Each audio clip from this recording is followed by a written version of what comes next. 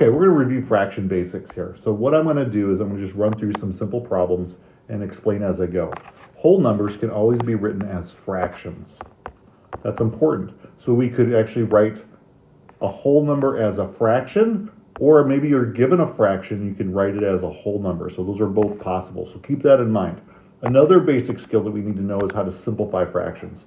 The easiest way to think of it is what numbers can I divide the top and the bottom by? So for example, in this first problem, part A, we can divide by 2 and get 4/5. The second problem, we can divide by 7 and get 4/70. And then because they're both even numbers, you could actually divide again. So you can do this as many times as necessary and get 2/35. For multiplication, multiplication is the easiest thing to do as far as multiplication, division, addition, and subtraction. You literally just multiply the tops and the bottoms, but then don't forget to simplify your fraction. So you would end up with 6/20, 2 times 3 and 5 times 4.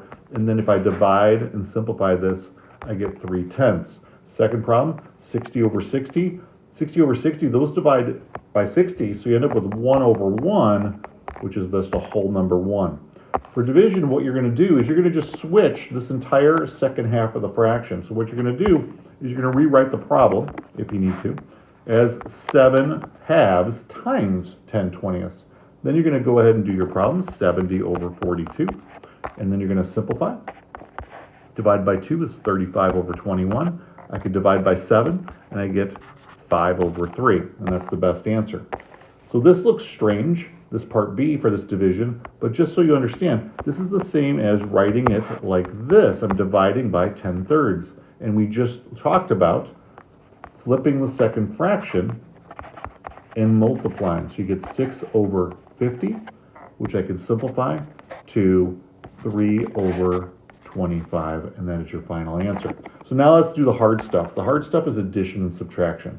For addition and subtraction, you need common denominators. What I mean by that is the bottom number needs to be the same. If they are the same, all you have to do is add or subtract the tops.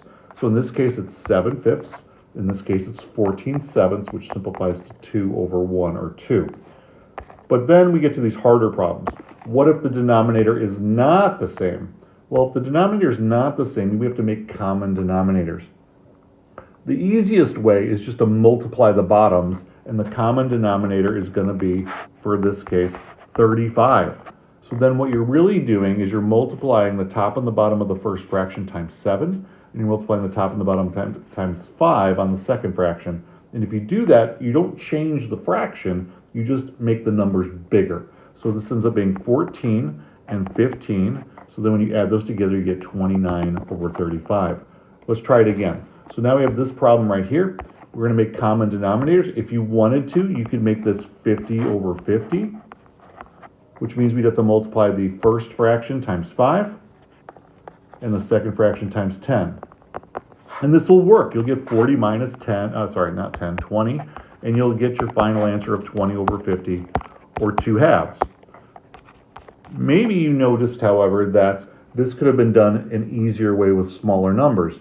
That's a little bit more clever, and it's the idea of a least common multiple. And so the idea would be, instead of doing just multiply the bottom, which is very simple, we think of like, what is the smallest number that I can multiply to make them the same? And the fact is, you can make these both over 10 instead, which means the first fraction doesn't change. We only need to change the second fraction. We need to multiply that times 2, and we have 8/10 minus 4/10, which is 4/10, or 2/5, which is the same answer we had before. Looking down here, this would be the hardest problem I can give you. I have different denominators. I have a whole number, which is the same as 4/1. We're going to make common denominators. I'm going to say they're all over 15. So I need to figure out, like, how am I going to change this? I'm going to multiply this fraction times 5. I'm going to multiply this fraction times 15. I'm going to multiply this fraction times 3. So I get 10/15, 60/15, and 3/15. And if I add and subtract all of the tops, I end up with 67/15. And that is the end of fraction basics.